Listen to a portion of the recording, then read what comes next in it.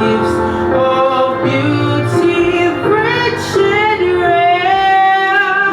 In history's page, that's every stage. Advance Australia fair. In joyful streets, let us see. Advance Australia fair.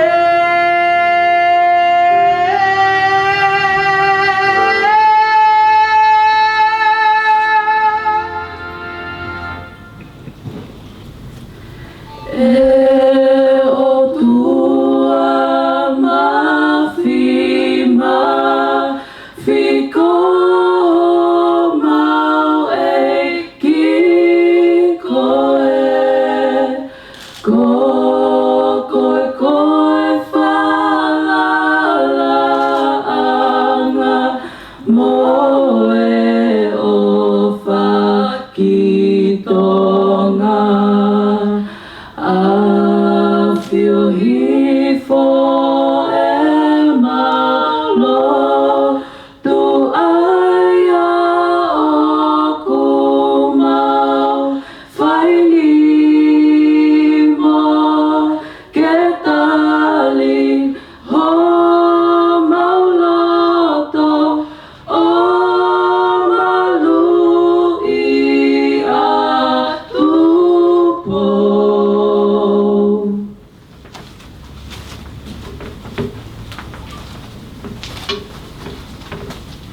I now call upon Father Doherty to say a prayer for their Majesties and for this occasion. Your Majesties, distinguished guests, this is a prayer of blessing and a prayer of thanks. And I guess it's not difficult for us to bring a sense of gratitude on a beautiful September day like this in our harbour city.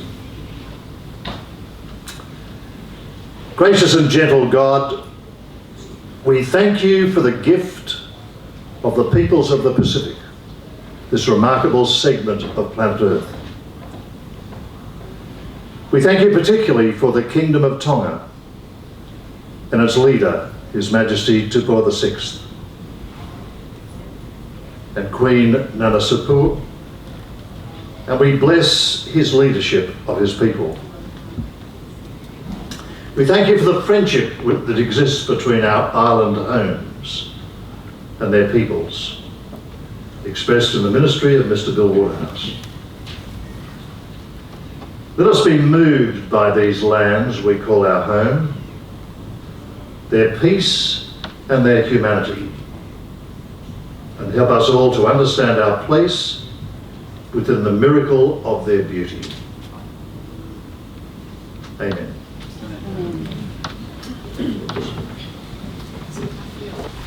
Your Majesty, King Tupua VI, Your Majesty, Queen Nanasipau, Your Royal Highness, Princess Pilolevu, the Princess Royal, Your Royal Highness, Princess Latufipeka Angelica, the High Commissioner, Lord Tuita, Colonel Michael Miller, representing the Governor of New South Wales, Mr. President, Madam Speaker, Dame Marie Bashir, Sir Nicholas Shahedi, our parliamentary host, the Honourable John Ajeka, Minister for Multiculturalism, the Honourable Stuart Ayres, Minister for Sport, and the Honourable Victor Dominello, Minister for Innovation, Rhonda Piggott, the New South Wales Director of DFAT, Councillor Ned Manoon, Mayor of Liverpool, Councillor Michael Regan, Mayor of Warringah, Lord Savelli, Lord Tangi, the Honourables Josepho Zawakata, Minister for Sport in Tonga, Her Excellency Judith Thefkin, Ambassador for the US to Tonga, Consuls General, distinguished guests, ladies and gentlemen, some of you have travelled so far, even from Germany, with the Honorary Consul General for Tonga in Dusseldorf, Dr. Alexander Muller. Thank you. I would like to acknowledge the traditional custodians of the land, and I'd also like to share with you the vision of our forefather, Lord Sydney, in our great city's earliest connection to Tonga. Back in 1788, as part of his grand plan, Lord Sydney ordered Governor Phillip to sail to Tonga to invite young ladies to help set up the colony. He'd heard of the dusky beauties from the Friendly Islands from Captain Cook. However, Sydney town was not so hospitable, and I'm afraid just 6 months into the colony, Governor Phillip wrote home sadly to say, to send for women from the islands would be bringing them to pine away in misery, and so the grand plan had to be indefinitely delayed. The world has moved on, but here we are nearly 220 years later, and we happily now do have many beautiful Tongan women living in Australia. It's such a thrill to be here today to celebrate this terrific milestone, 40 years of my father representing the Kingdom of Tonga, and 4 decades of the Tongan flag flying high in Australia. We are so very deeply honoured that Their Majesties and Their Royal Highnesses are here to commemorate this relationship which has lasted a lifetime. Thank you from the bottom of our hearts. Tonga has played an extraordinary role in my father's life. It's been a fascinating journey and has seen the Australian Tongan community grow from just a few hundred islanders in the mid-70s to over 25,000 today. This Australian Tongan community is strong and is resourceful, and it includes many wonderful achievers. We have current sports stars we all know and love, such as Israel Folau, or Daniel Tupou, or Sam Moa, or Michael Jennings, and Willie Hopoate, some of whom are here today. And then there's the extraordinary role model for women, Monia Gerard, diamond netballer, and now Rugby 7 superstar. And Australians Tongans have excelled in so many other areas, such as the music, the law, the police, banking, everywhere you look. Some might ask how my father, a barrister turned bookmaker, came to represent this kingdom of devout Methodist beliefs. Well, mateship is the reason. When my father attended Sydney University in the early 40s, he was the first in his family to go to a university. Life wasn't easy, it was just after the Depression. Little did my father know that another young man, full of hopes and dreams, and with a royal destiny to rule his country, had already enrolled in the same faculty, arts law, and would play an integral part in my father's highly colourful life. And this young Prince of Tonga was not only the first in his family to go to university, but an academic trailblazer for the kingdom, which, thanks to him, now boasts 98.5% literacy, and which is one of the highest in the world and one of the highest levels of doctorates that are in per capita in Tonga. And I'm proud to say that our King, honouring us here today, has not 1 but 2 master's degrees attained here in Australia. So back to university in the 40s. My father and the Crown Prince were quite different. His Royal Highness was studious and reserved, while my father enjoyed life, perhaps a little bit too much. And his student days were spent with people such as Neville Wran, Lionel Murphy, and Lionel Bowen.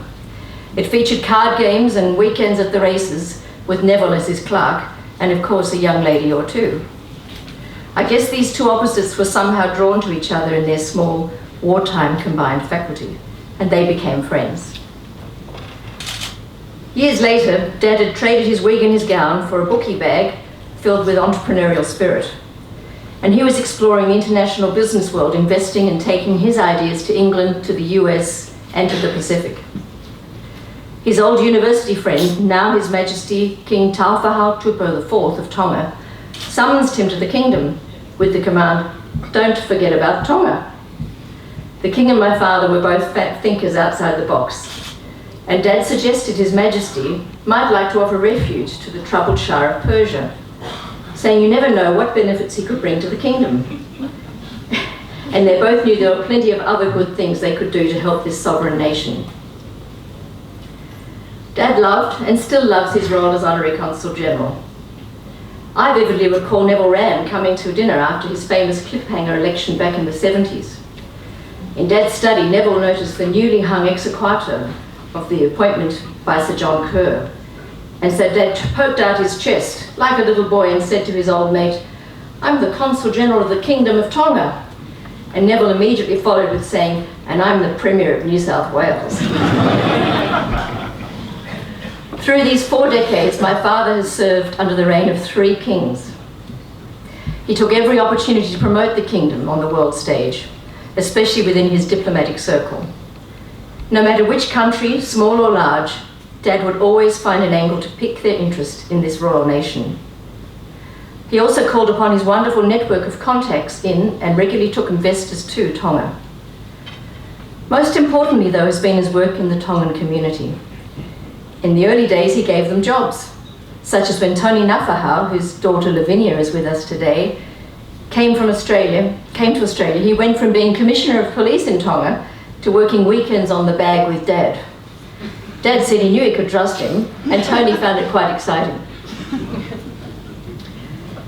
Dad has always been there for the Tongan people. When someone would lose their passport, he'd issue them with an ID letter, even on weekends, to travel home urgently. There was no fee, but they did have to endure a well-deserved lecture on how to protect their passport like cash. And there have been a few members of the Tongan community who have kindly assisted the Consulate General along the way, such as Joe Halu, who's no longer with us, Sione Penomi, and Louisa Alamatua. Over the decades, my parents and I have enjoyed attending the countless community events, the wonderful singing and dancing, and of course the feasting. And nowhere better than the King's birthday celebrations in Tonga every year, where we would love watching Baron Vaya, our Queen's father, as PM, gracefully dance in front of the people. And of course admire Princess Pirolevu dance the traditional taolonga to honour the King. His Majesty would grant my father audiences which would go for hours as they shared their mutual love and extraordinary knowledge of history. I think they knew every single significant battle of every war, and Napoleon was their hero. We also sponsored community projects such as the first dual-language Tongan English storybook, A Little Seahorse in Love, supported by the Queen, Princess Nanasi Pau, to help the children in Tonga and to inspire those in Australia in their language of heritage. With the Crown Prince, later King George Tupou V, Dad also shared a love of history, but then there was their wicked sense of humour, and we're all sad with his untimely passing. The recent coronation of Your Majesties was a glorious occasion and a celebration of a new reign, and it showed that King Tupou VI is not only a much-loved head of state, but also the king of the people. My father may have slowed down a little in recent years, but he's still going well, and his passion for Tonga, for the Tongan people, and his love for the Tongan royal family has never wavered.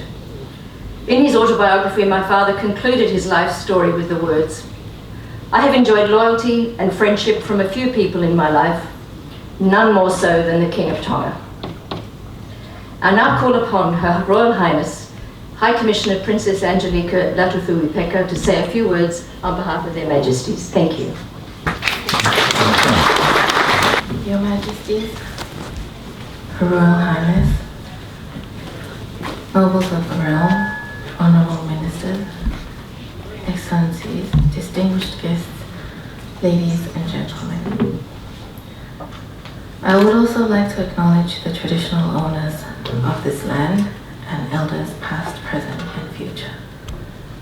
Thank you, Louise, for such a telling and historical speech to commemorate the 40th anniversary of the Consulate General of Tonga in Sydney. It is endearing and most befitting that we gather here today to honor your beloved father for 40 years of service to Tonga in Australia and 40 years of being a serving diplomat in New South Wales. William Waterhouse would now be the longest serving Tongan diplomat for 40 years. A responsibility which is honorary and based on tremendous voluntary contribution to the kingdom. Coincidentally, this year also marks Louise's 20th year of service as Tonga's honorary consul in Australia. Thank you, Louise, for all your laudable and gracious duties to king and country. It was once said that diplomats are best at two things, protocol and alcohol. But we beg to differ today, as diplomacy in our globalized world requires sheer dedication and devotion to the motherland through the promotion of diplomatic and foreign policy interests overseas. As we have heard from Louise's speech, William Waterhouse epitomizes just that. Dedication to Tonga through providing consular services to our Tongan community, pursuing investment and trade opportunities for the kingdom, and taking every opportunity to promote Tonga on the world stage through his diplomatic role. The High Commission of Tonga in Australia was officially opened in August 2008, which saw the Tongan flag first raised in Canberra under the charge of the then Crown Prince To'oto'alawaka, whom is His Majesty the King. Today, Tonga and Australia enjoy a warm and cordial bilateral relations, which is deepened and broadened by the close cooperation between my office and the Consulate General here in Sydney. An important component of this relationship is the people-to-people links, and I am privileged that the Consulate, under the guidance of William and Louise Waterhouse, fosters and promotes this relationship, which is evidenced by the proud representation from our Tongan community today. Thank you, William Waterhouse, and your family for the service to the kingdom and country. Mahalo Amita.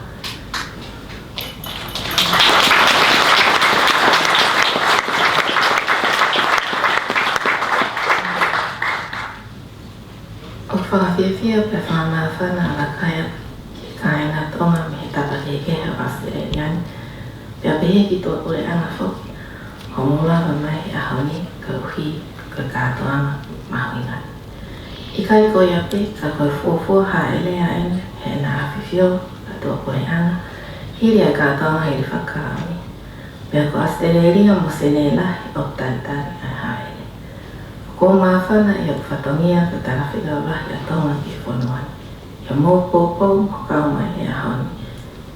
Ki kei kaumai pia Tonga tutakoa. Awhai.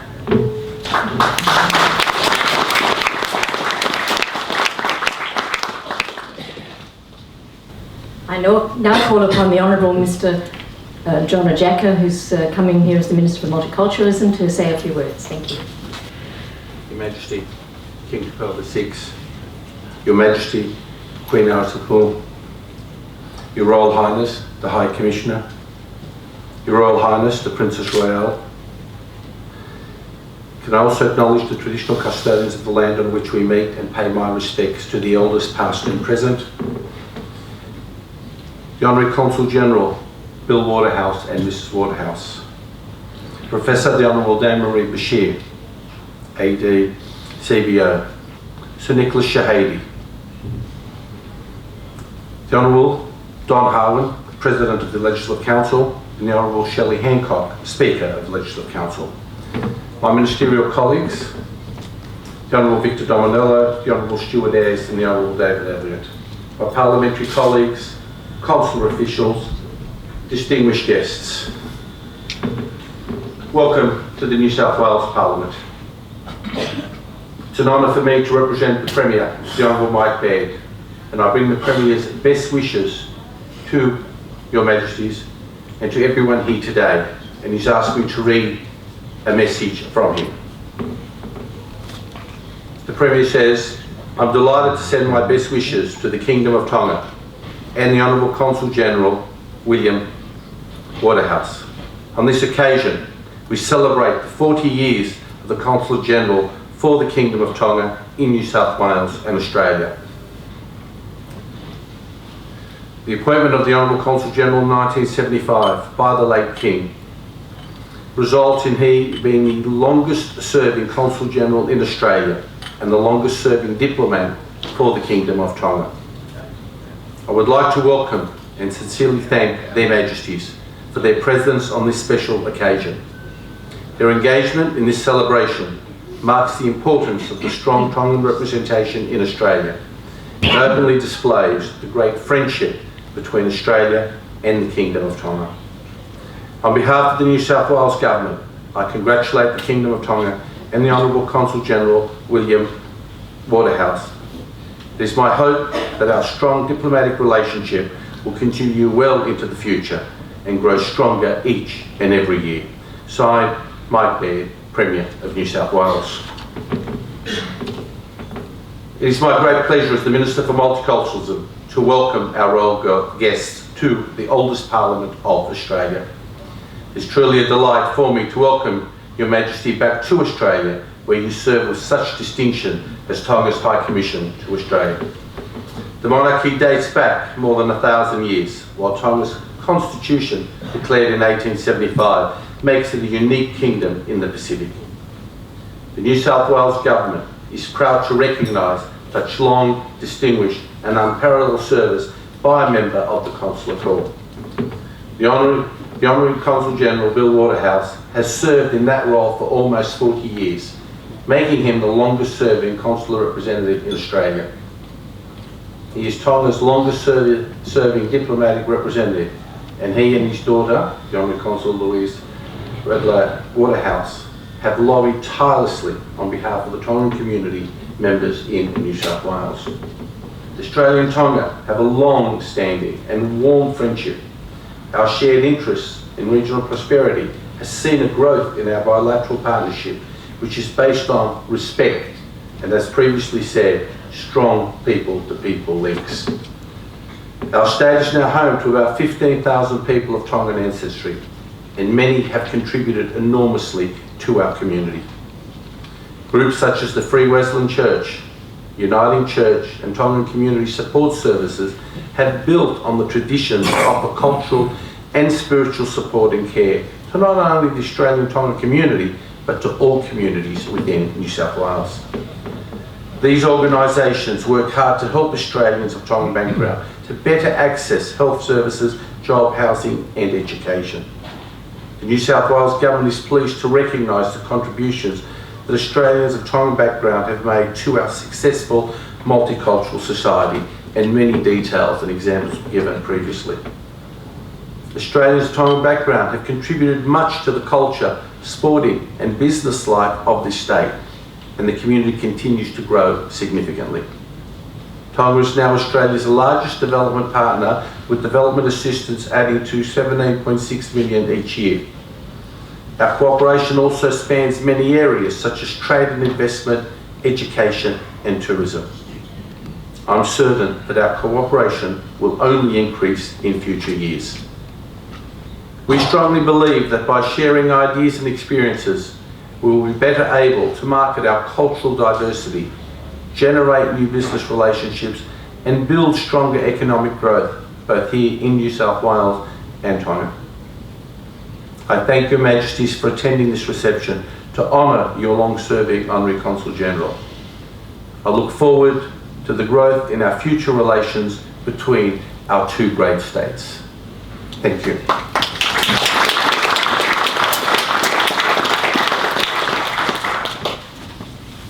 I now call on none other than Alan Jones to share a little bit of the sporting prowess of the Tongan peoples. Thank you, Louise. Your Majesties, members of the Royal Party and the Royal Entourage, Consulate General of the Kingdom of Tonga, very distinguished senior statesmen of our country, Mr. and Mrs. Waterhouse, what an achievement. 40 years of extraordinary contribution to this kingdom, and we salute you today, we really do. And of course to our Consul Louise. It is my pleasure to be able to speak to you today about one or two aspects of the contribution. I think many people have identified the contribution of the Tongan community to the Australian way of life in so many fields, and I'll say something in a moment about that in terms of sport, but Louise has asked me to read a message from the Prime Minister, Tony Abbott, the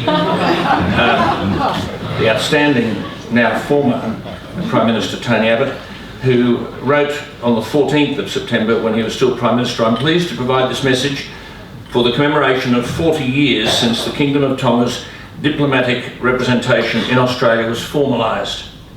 Australia and Tonga enjoy a close bilateral relationship supported by aid, defence and policing investments and growing people-to-people links. Some 25,000 Australians have Tongan ancestry, and I take this opportunity to pay tribute to the history and heritage of the people of Tonga.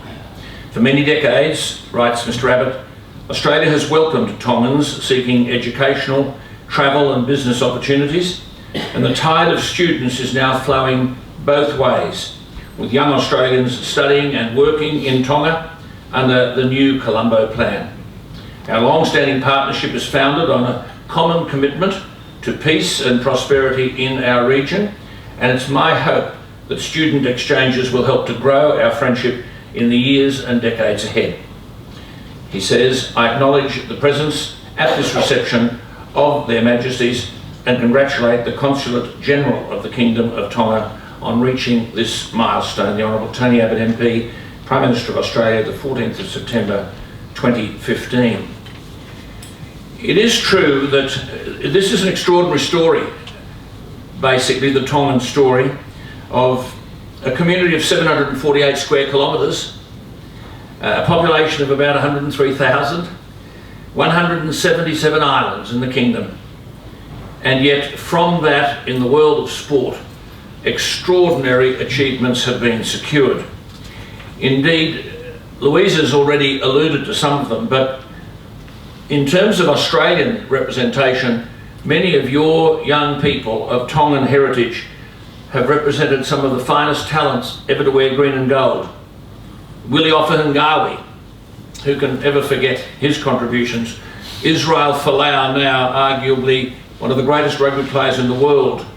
Tatafa Polata now, one of our hookers who'll go to the World Cup.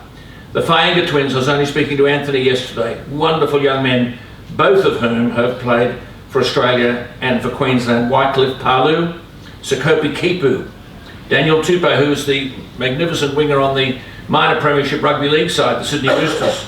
Sam Moa, a forward with the Sydney Roosters. Michael Jennings, a brilliant Australian rugby league and Sydney Roosters centre. The young Willie Hopoate, the Parramatta winger. And of course on the women's side, Monia Gerard, now the world champion, a world champion netballer, and now as well representing Australia in the rugby sevens. Some of those people are here today. The achievements are extraordinary. Your Majesty, I should just say to you that it's not all good news for us, because while we've only played you 4 times in rugby, as Sir Nicholas Shahady would recall, one of our great Australian rugby players and captain of Australia, there was that rather fateful day at Ballymore in 1973. And it's generally not remembered. I suppose it's convenient for Australians not to remember. But we were hammered, is the word we use in Australia. We were hammered. And Tonga beat us 16-11. Now, the significance of the triumph by Tonga, one of only 4 tests that unfortunately we played against you, was that this was a very, very strong and distinguished Australian side. Those of you who like your rugby, can I just read you the team? Australia played with Arthur McGill at fullback, John Cole and Owen Stevens on the wings, Rex Lestrange and Trevor Stegman in the centres, Jeff Richardson at 5'8", Eric Tindall at half, Ronnie Graham, Chris Carberry and Jake Howard in the front row, Stuart Gregory and Garrett Fay as good as they've ever been in the second row, and Dick Cox, Peter Sullivan and the great Mark Lone in the back row. And we lost. We lost. We lost. And the score was 16-11. Which brings me to a point, Your Majesty, that I'd like to make, because I know that present with us today is the Tongan Minister for Sport. And I know that there is a proposal afoot for, indeed you have in fact started this, it's the first inception of a Tongan Institute of Sport. I wear a couple of hats there. I'm a former chairman, deputy chairman of the Australian Sports Commission, and currently with the New South Wales Institute of Sport. And I have to say, and I think representatives of Australian rugby may well be here today, but one of the serious points that I would like to make is that I think too often we take your talent and we don't actually give much back. And I think if we're going to grow sport in the Pacific Islands and embellish and strengthen Australian sport through the kind of distinguished players I've talked about here, we have an obligation to go back to Tonga, and yes, the dirty word is money, but with money to finance the growth of sport in your kingdom. And I hope that this commemoration and celebration today will inject into the sporting community a sense of responsibility to acknowledge the debt we owe to your kingdom for sharing with us some of the greatest players who've ever played for Australia. And indeed, it's fair to say, as a Rugby World Cup begins, I wonder how strong the Tongan side would be if those people of Tongan heritage were allowed to represent Tonga. So it's a very, very proud tradition, and I know that the Institute of Sport, Minister, wherever you are, I hope that you'll feel free to take advantage of whatever structural knowledge we have, whatever administrative knowledge we have, but more importantly, I know you're seeking from us an injection of coaching and administrative expertise, which I believe, in the light of what we have shared with you in the past and what we've done with your players representing us, I think we're obligated to do that. And I think we need both administrative and coaching structures, and we need financial support to see that the kingdom grows into the sporting power that it is, but unfortunately it doesn't get the benefit of that. And I think many people here don't understand that. If, as I said, Tonga were able to play with Indigenous Tongans in international sport, particularly our game of rugby, then they would be a powerhouse in the world. So can I say to you, on behalf of the New South Wales Institute of Sport and the Australian Sports Commission, we will lend to you whatever you need by way of administrative knowledge, coaching capacity, to see that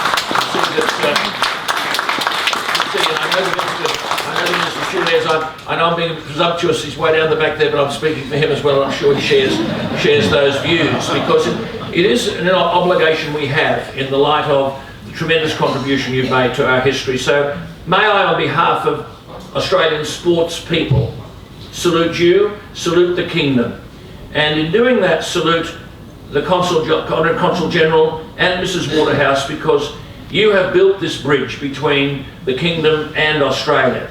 We are deeply in your debt for that. It is an extraordinary and significant milestone, 40 years of diplomatic service. And Mr and Mrs Waterhouse, congratulations. And to you too, Louise, it's 20 years that you've been the Honorary Consul as well. These are wonderful and stellar achievements, and you are then, as a result of this representation, very much part of the fabric of Australian life, but from my perspective today, very much part of the fabric of Australian sporting life. Thank you for what you've given us. Thank you for what you've shared with us. Thank you for honouring us today with your presence here, and long may this strong and fruitful engagement between our two countries continue. Thank you for sharing your time with us.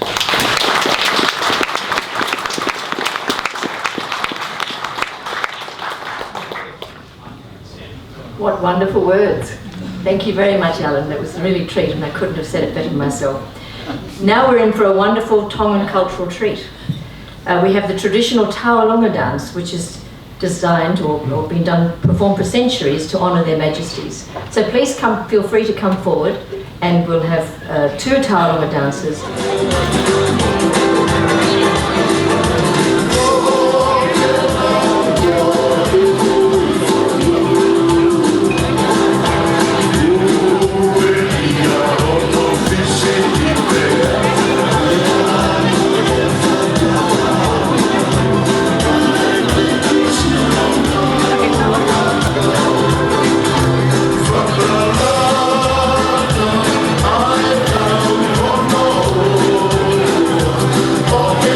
Oh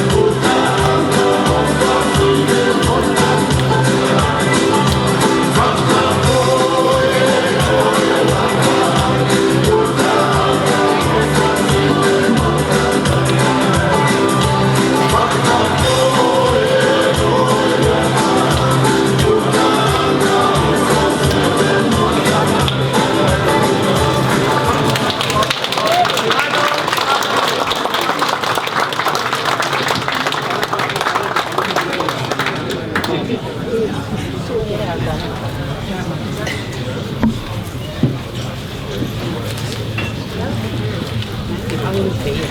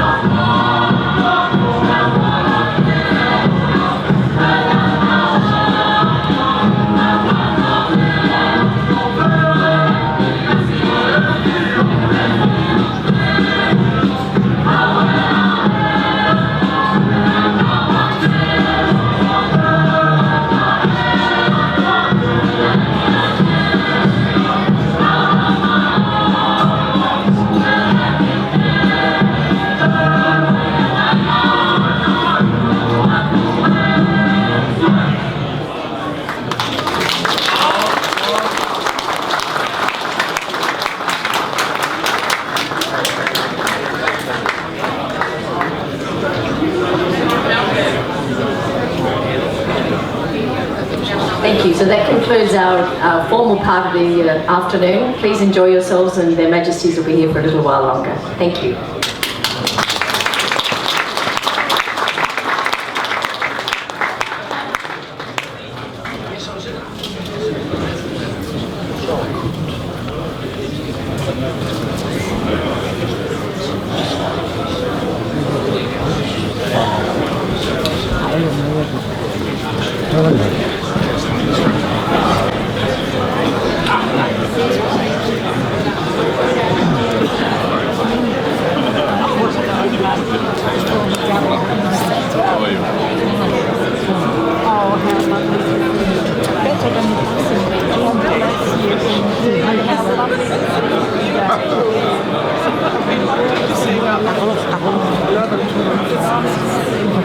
Her Majesty the Queen.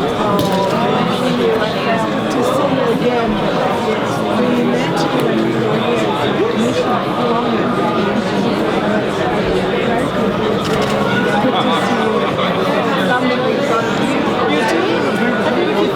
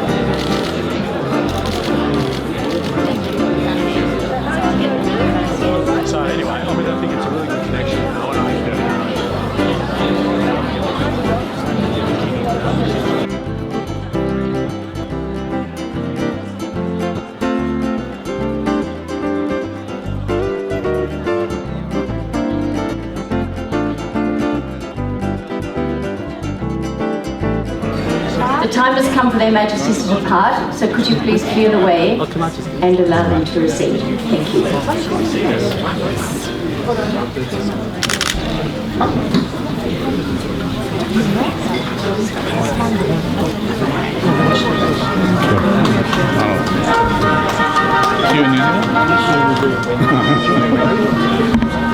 Your Majesty, I'll pay